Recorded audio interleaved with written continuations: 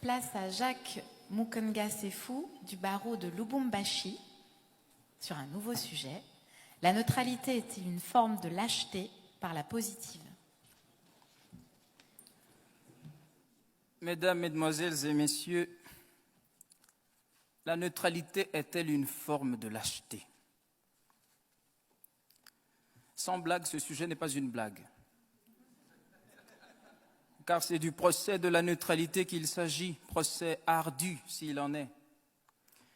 Aussi, il me semble que cette audience eût dû se tenir ailleurs, plutôt qu'à Lausanne, ici, sur le territoire suisse. Cette Suisse altière qui aura fait de sa neutralité bicentenaire une religion d'État. Il y aurait tout lieu d'ordonner le renvoi de juridiction pour cause de sûreté publique. Mais passons. Honorables jurés, commençons par dissiper tout malentendu sur le sujet et voyons en quoi le neutre diffère à la fois de l'éclectique et du partisan. En effet, devant une problématique donnée, le partisan assume ou la thèse ou l'antithèse.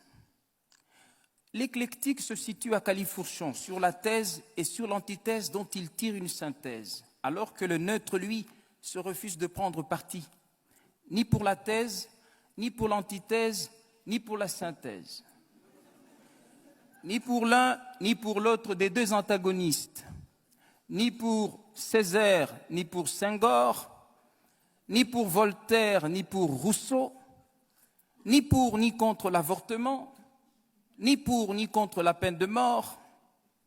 Et pour être contemporain, le neutre n'est ni pour le Grand Barça, ni pour l'autre équipe.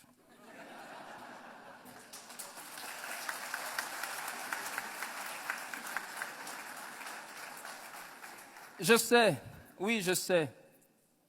On nous a vanté 1000 vertus de la neutralité.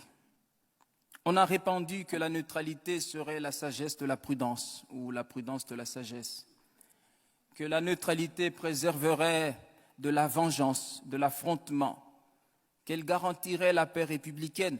On a même soutenu que la neutralité serait gage de crédibilité. Mais non, ce n'est là qu'une péroraison tonitruante. À dire vrai, Dieu sait que toute neutralité cache une lâcheté qui a honte à s'avouer. La neutralité, c'est de la lâcheté. Est-il besoin de le prouver? En fait, vous le savez bien autant que moi, la raison humaine est jugement et le cœur humain est parti pris. Il en résulte qu'aussitôt qu'éclairé par les données d'un débat ou d'un conflit humain, on ne peut pas ne pas prendre parti. La neutralité donc, si tant est qu'il soit possible d'être neutre, la neutralité, dis-je, n'est qu'une posture d'imposteur, adoptée pour le besoin de la cause ou pour la cause du besoin. Un leurre, une ruse. Et Pierre Billon a eu tant raison d'affirmer que la neutralité est une chose qu'on trouve dans les discours, pas dans le cœur des gens. Dès lors, si s'interdire de clamer tout haut ses convictions par peur d'en subir les conséquences n'est pas de la lâcheté, si s'interdire l'action par crainte de représailles n'est pas de la lâcheté, si, mais enfin, voir l'injustice et passer son chemin n'est pas de la lâcheté, admettez néanmoins que cela y ressemble beaucoup. Non, jamais, jamais. La neutralité n'est pas une vertu. Des individus aux États, elle reste une veulerie. Et quoi? Un ami qui a fait vœu de ne jamais prendre parti pour personne. Non, merci. Et en quoi serait-il donc mon ami, lui qui ne porterait pas sa part de mon malheur? Que la neutralité nous préserve du chaos de l'affrontement. Oui, j'entends bien. Autant heureusement qu'elle permette à l'injustice de prospérer. Voir la Shoah, l'apartheid, la ségrégation raciale, la xénophobie, l'esclavage sexuel, des avocats emprisonnés, Des millions de morts et des viols à l'est du Congo, mon pays, la République très très démocratique du Congo.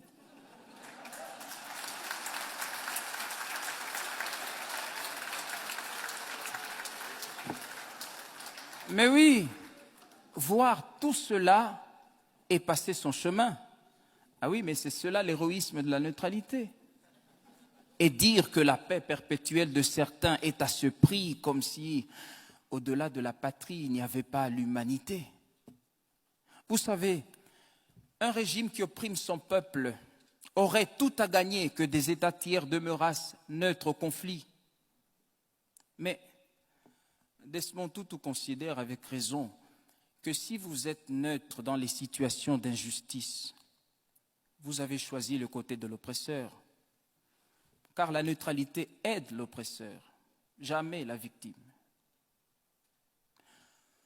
Alors, on m'objecterait volontiers que la neutralité nous aurait épargné l'enfer libyen, l'Irak, l'Afghanistan, le Darfour, les migrants. Certes, mais comprenez-moi bien, si je conçois que l'indifférence et l'inaction qu'implique la neutralité sont funestes, je n'applaudis pas pour autant des interventions arbitraires, dictées par des convictions parfois insincères.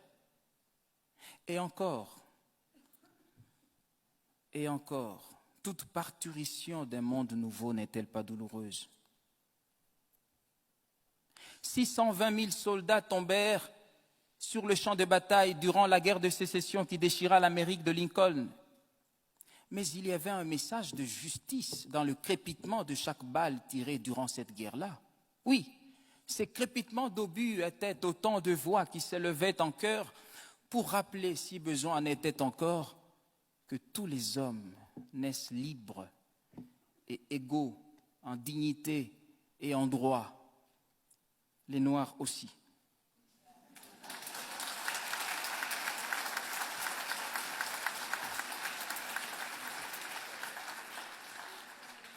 La neutralité, c'est un leurre. Tenez, le géant d'Asie a promis d'être de toute neutralité, sapristi. Une aubaine pour les roitelets du Gondwana qui jubilent et rendent grâce aux descendants de Mao d'avoir des droits de l'homme une vision aussi grande que leur taille.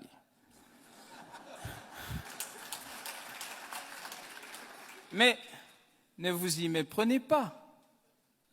Pékin se tait parce que Mao est à table, la table de Mendeleïev. Et en Afrique, lui dit-on, il est impoli de parler quand on mange et mal poli de jaser la bouche pleine.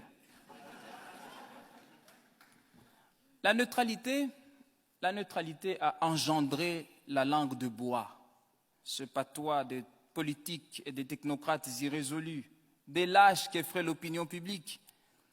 Ils disent aux uns, vous avez raison, et aux autres, vous n'avez pas tort.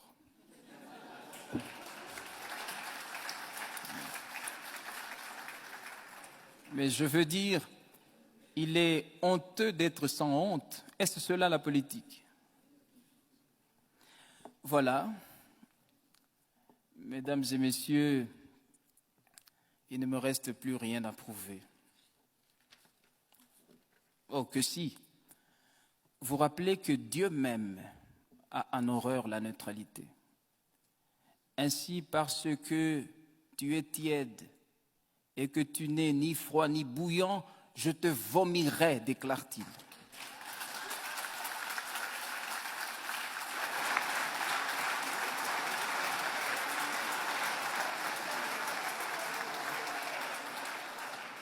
Voilà, mesdames et messieurs, la preuve est faite.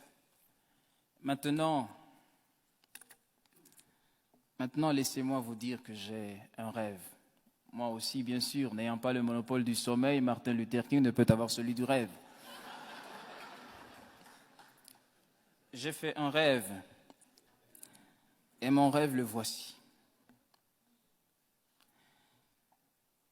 Et si ce 33e congrès de la CIB était celui de la rencontre de chaque avocat avec sa cause humaniste, l'idéal pour lequel il devrait désormais vivre et même mourir s'il le faut. Et quittez la tranquillité de votre neutralité. Pour les avocats dignes de la robe qu'ils portent, disait Jacques Isorni, il n'y a que le grand combat, avec tous ses dangers et tous ses risques. Car un avocat sans histoire n'est pas un avocat. C'est tout au plus un fonctionnaire de la justice qui fait ses heures de justice et les vend le mieux qu'il peut.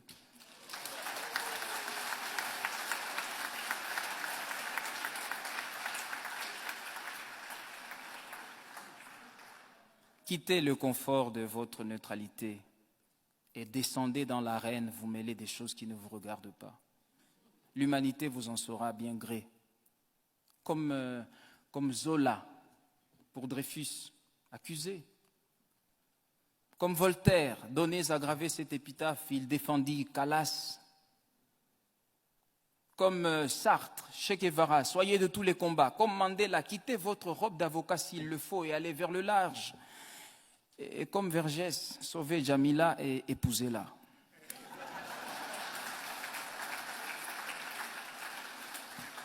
Indignez-vous, engagez-vous, car celui qui n'est pas dégoûté par ce qui est dégoûtant est encore plus dégoûtant que ceux qui ne le dégoûtent pas.